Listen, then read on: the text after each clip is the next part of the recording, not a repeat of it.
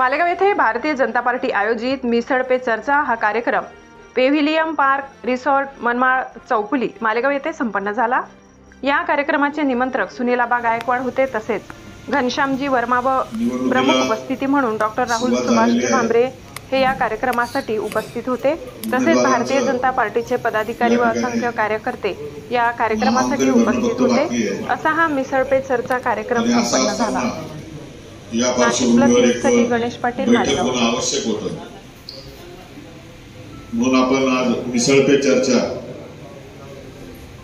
हा पक्षाने दिलेला एक कार्यक्रम आणि त्याचबरोबर त्याला जोडून आपण हा पुढच्या नियोजनाच्या संदर्भात ही बैठक बोलवलेली आणि या बैठकीला खास करून उपस्थित असलेले सन्माननीय राहुलजी भांबरे साहेब, त्याचबरोबर व्यापारी आघाडीचे महाराष्ट्राचे सहसंयोजक नितीनजी पोपळे, रवीजी मारू आणि ज्यांनी खऱ्या अर्थाने काहीतरी कार्यक्रम लवकरात लवकर घ्यावा म्हणून सातत्याने पाठपुरावा करत असलेले आपले व्यापारी आघाडीचे जिल्हाध्यक्ष घनश्यामजी वर्मा, आपल्यामध्ये आता उपस्थित झालेले समाधान दादा गिरे, हरिप्रसादजी गुप्ता, भरतजी पोपळे, आपल्या जिल्हाध्यक्ष रणरागिनी, सुरेखाताई भुसे, नीताजी पठाडे, आपल्या नगरसेविका, माजी सभापती सुवर्णाताई शेलार, संजयजी काळे, तुम्ही इकडे व्यासपीठाकडे या, त्याचबरोबर बाबुल सर आणि उपस्थित माझे मार्गदर्शक विजयजी भावसार, प्रकाशजी सुराणा, शबीर बाबा, भरतजी पोपळे, उपस्थित सर्वच भारतीय जनता पार्टीचे मार्गदर्शक, कार्यकर्ते, व्यापारी बंधू आणि भगिनींनो, आजच्या बैठकीमध्ये फार भाषण वगैरे असा काही प्रकार असणार नाहीये, कारण अजून आपली नामांकन भरण्याची तारीख आपली काही निश्चित झालेली नाही। त्या संदर्भात कधी असेल काय आपण त्या संदर्भात मार्गदर्शन करावं हे अपेक्षित आहे। त्याचबरोबर आपल्याला सगळ्यांना काय अपेक्षित आहे, म्हणजे येणाऱ्या काळामध्ये प्रचाराची रचना कशी असावी, त्याचबरोबर आपले काही व्यापारी वर्ग या ठिकाणी मोठ्या प्रमाणात आहे, त्यांच्या काही समस्या असतील, काही उद्योजक या ठिकाणी आलेले आहेत आणि असे काही विषय आपले या समोर चर्चेत आले पाहिजे, म्हणजे राहुलजी हे बरोबर आपल्या बाबांपर्यंत आणि बाबांच्या माध्यमातून आपल्या सरकारपर्यंत आपले हे प्रश्न पोहोचतील। हा फक्त एकच आणि एवढाच एक दृष्टिकोन या मागे आहे। त्याच्यामुळे फार भाषणांची अपेक्षा न करता आता प्रत्येकाने ज्या ठिकाणी बोलायचं, नाही तर उद्या कसं आता अनेक दिवसापासून चालत, गेल्या 15 दिवसापासून चालू होतं, कुठे 4-2 एकत्र आलो आपण पक्षाचे की काय काय लावलं आपण, काय झालं, अमुक आहे, त्या अमुक असा वागतो, तो कसा वागतो, हे करतो, जे काही असेल ते राहुल समोर सांगा, कारण यावेळेस त्यांच्यावरही मोठ्या प्रमाणात या प्रचाराचे आणि सगळ्या नियोजनातील मुद्दा त्यांच्याकडे असणार आहे। म्हणून आपण आवर्जून बाबांना आपण सगळे ओळखतो, बाबांची कार्यपद्धती आपल्याला माहिती आहे, सगळं काही आहे, परंतु राहुलजी आपल्याकरता नवीन जरी असले पण एक नव्या दमाचं नेतृत्व या ठिकाणी आणि गेल्या अनेक दिवसापूर्वी मी बघतोय की ते सक्रियपणे या सगळ्या याच्यामध्ये भाग घेत आहेत। म्हणून म्हटलं की आपण यावेळी बाबांऐवजी त्यांनाच या ठिकाणी आमंत्रित करू आणि त्यांनी आपल्या आमंत्रणाचा या ठिकाणी स्वीकार केल्याबद्दल आपण धन्यवाद आणि आपण आता चर्चेला सुरुवात करू। प्रत्येकानेच बोललं पाहिजे अशी माझी अपेक्षा, पण तरी प्राथमिक स्वरूपात किमान 10 लोकांनी तरी आपले विषय या ठिकाणी थोडक्यात ठेवायचे एवढी विनंती आपल्याला करतो आणि थांबतो। जय हिंद, जय महाराष्ट्र। माझ्या मते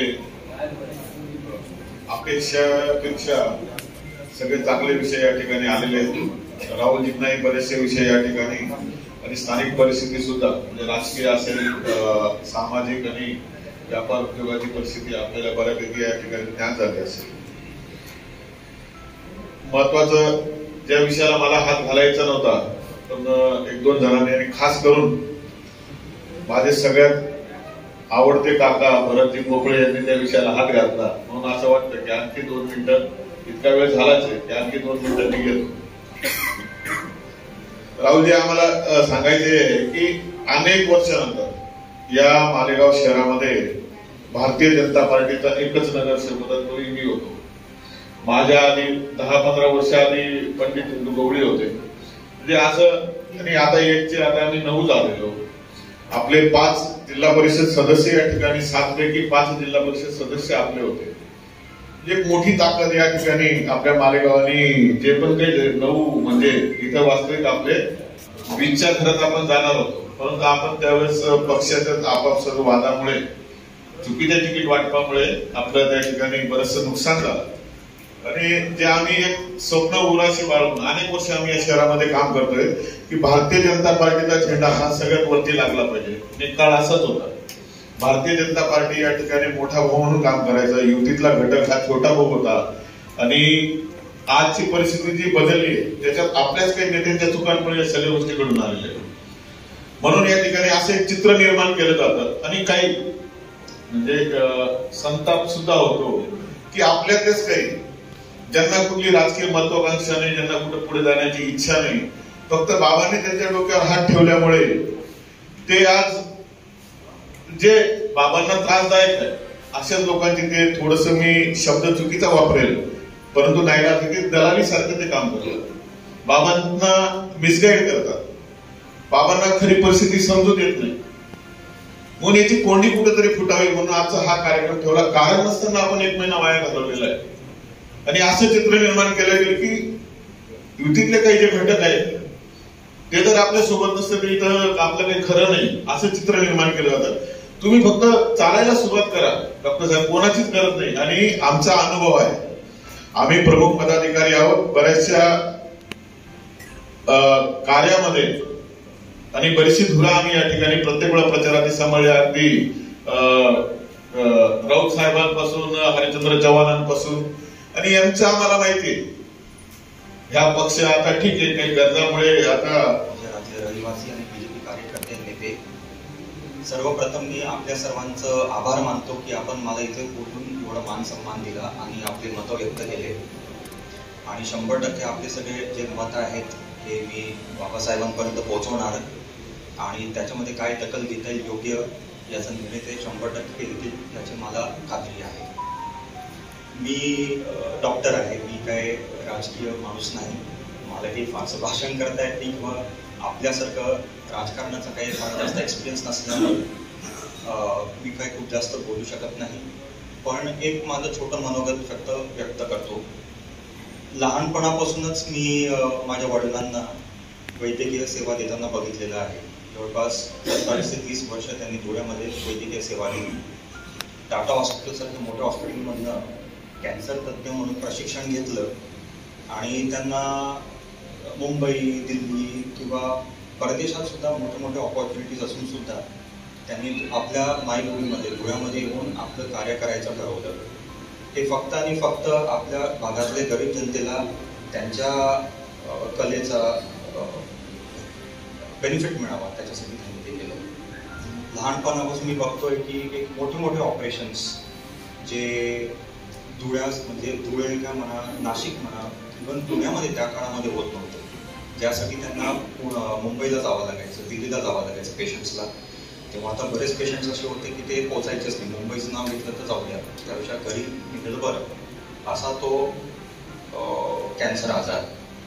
एवढे कॉम्प्लिकेटेड ऑपरेशन्स करायचे आणि अल्प दरामध्ये करायचे. मी आता गेल्या 6 वर्षापासून प्रॅक्टिस करतो आहे. मला लोक जे येऊन सांगतात त्याच्यावर मला ऍक्च्युली मागच्या 6 वर्षामध्ये बाबांची पुण्य काय खरी ती प्रॅक्टिकली कळाली. आणि कोण येऊन सांगतं की माझ्या आईला असं एवढं मोठं गाठ होती आणि धुळ्यातल्या डॉक्टरांनी सांगितलं की काही होणार नाही, नाशिकच्या डॉक्टरांनी सांगितलं की मुंबईत घेऊन जा. 2 तासात बाबांनी ऑपरेशन केलं. 4 दिवसात माझी आई घरी गेली. बिल 15,000 निघालं. माझ्याकडे 5,000 होते. मी 5,000 दिले. बाबा म्हणे काय हरकत नाही. वरून 200 रुपये दिले घरी जाण्यासाठी. अशा दररोज 6 वर्षापासून मी वेगवेगळे एपिसोड्स लोकांकडनं, जनसामान्यांकडनं ऐकत असतो. घरच्यांनी गोष्ट सांगितली वेगळी, पण समोरून एक तिरहित माणूस येऊन सांगतोय ही वेगळी गोष्ट आहे. आणि लहानपणापासून हे बघितलं असल्यामुळे त्यांचंच हे वारसा चालवावा म्हणून मी स्वतः डॉक्टर झालो आणि माझ्याकडनं जेवढं शक्य मी ते प्रयत्न करतो आहे. 2014 मध्ये त्यांच्या सेवेने निर्माण झालेलं जेवढं समाजामध्ये प्रेम आहे, त्या प्रेमापोटीच त्यांना खासदारकी मिळाली. आपण सगळ्यांनी भरभरून त्यांना मत दिलं. तेव्हाची एक गोष्ट तुम्हाला सांगतो. 2014 मध्ये जेव्हा त्यांनी निर्णय घेतला की खासदारकी लढावी, इव्हन त्यांचे वडील म्हणजे माझ्या आजोबा जे उभा आयुष्य त्यांनी राजकारणात घातलं, या सगळ्यांचा त्यांना विरोध होता. सगळे म्हणायचे की एवढं चांगलं काम करतोय, वैद्यकीय सेवा करतोय, आजूबाजूच्या 10-12 जिल्ह्यांमध्ये कोणी एवढी सेवा देतो ती तू करतोय आणि सगळे लोक खुश आहे, तू खुश आहे, राजकारण काही चांगल्या लोकांचं काम नाही वगैरे वगैरे, अशा काही गोष्टी आम्ही करायचो. वडील मला तेव्हा म्हणायचे की डॉक्टर म्हणून माझे लिमिटेशन्स आहेत. दिवसाचे काय 50 पेशंट बघू शकतो, 70 पेशंट बघू शकतो, 100 पेशंट बघू शकतो, 2-3 ऑपरेशन करू शकतो. याच्या पलीकडे मी दिवसात करू शकत नाही. तू गोळाबेरीज कर, मी महिन्यात किती करू शकतो, वर्षात किती करू शकतो, 30 वर्षात किती करू शकतो. पण एक लक्षात आलंय मला की एक राजकीय पद मिळालं तर त्याच्या माध्यमातून आपण लाखोंची सेवा करू शकतो आणि लाखोंचं जीवन बदलू शकतो. तेव्हा लहान होतो, काही फारसं करायचं नाही. पण आता 10 वर्षानंतर त्यांनी केलेली जी कामं आहेत आणि जनसामान्यामध्ये जो उत्साह मी त्यांच्याबद्दल बघतो, त्याच्यामध्ये मला हे कळून गेलं की ते काय बोलायचे खरं होतं. डॉक्टर बाबा जर डॉक्टरच राहिले असते तर सुलवाडे जांभळ उपसिंचन योजना झाली नसती.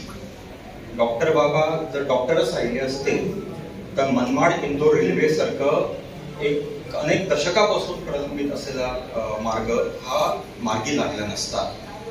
एक उदाहरण म्हणून सांगतो. धुळे जिल्ह्यामध्ये सगळ्यात मोठं साहेबांनी एमर्जन्सी फंड म्हणून जवळपास 2,500 कोटी रुपये ज्याचं नियोजन नव्हतं ते त्यांनी याच्यासाठी दिलं आणि आता 4 वर्ष झाले काम चालू होऊनही तब्बल 4 वर्षामध्ये 70% काम झालेलं आहे आणि त्याची कपॅसिटी 9.5 TMC आहे, जी अक्कलपाड्यापेक्षा 3.5 पटीने जास्त आहे.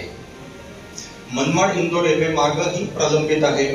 मागे दादांनी सांगितलं की तो पण पूर्ण करावा, पण जसं सरांनी सांगितलं मी आपल्याला सांगू इच्छितो की त्याचा तो पहिला टप्पा आहे 53 किलोमीटरचा, धुळे नरडाणा आणि धुळेपर्यंत बोरगिर ऍक्च्युली, तो त्याचं जमीन अधिग्रहण चालू होऊन गेलेलं आहे आणि टेंडर निघून आता लवकरात लवकर त्याचं काम चालू होणार आहे. मोदी साहेबांचं आपल्याला सगळ्यांना माहिती, ज्या कामावर त्यांनी हात ठेवला ते कामं पूर्ण होण्याशिवाय झाल्याशिवाय ते शांत बसत नाही. 2019 मध्ये त्यांनी स्वतः त्याचं भूमिपूजन केलेलं होतं आणि म्हणूनच आम्हाला सगळ्यांना गॅरंटी आहे की ते 100% काम पूर्णपणे होणार. मोदी की गॅरंटी. तर बाबासाहेबांचं काम बघूनच मोदी साहेबांनी पुन्हा त्यांना तिसऱ्यांदा संधी दिली. आपल्या सर्वांचं प्रेम हे सर्वेच्या रूपामध्ये जेव्हा दिल्लीमध्ये पोहोचतं तेव्हा ज्याचं इलेक्टोरल मेरिट आहे त्यालाच तिकीट दिलं जातं.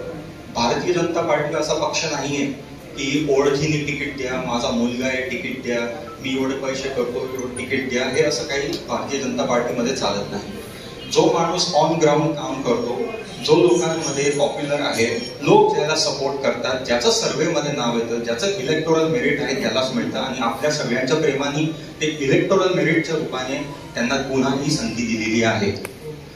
आणि एक लक्षात घ्या, ही लोकसभाची निवडणूक आहे, ही आपल्या भागाची निवडणूक नाहीये, ही फक्त डॉक्टर बाबा भांगरेंची निवडणूक नाहीये, मोदी साहेबांची निवडणूक आहे. म्हणून माझी एक कळकळाची विनंती आहे की आपले जे पण छोटे मोठे मतभेद असतील, लोकल इश्यूज असतील, या सगळ्यांना आपण 100% दुरुस्त करूच, पण सध्या या सगळ्या गोष्टींना आपण थोडंसं बाजूला ठेवून मोदी साहेबांकडे लक्ष ठेवून, केंद्राकडे लक्ष ठेवून, केंद्रामध्ये कोणती सरकार बसायला पाहिजे या उद्देशाने जोमाने कामाला लागूया.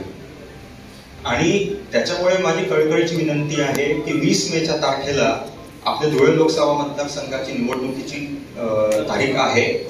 उन्हाळा मतदानाची तारीख आहे.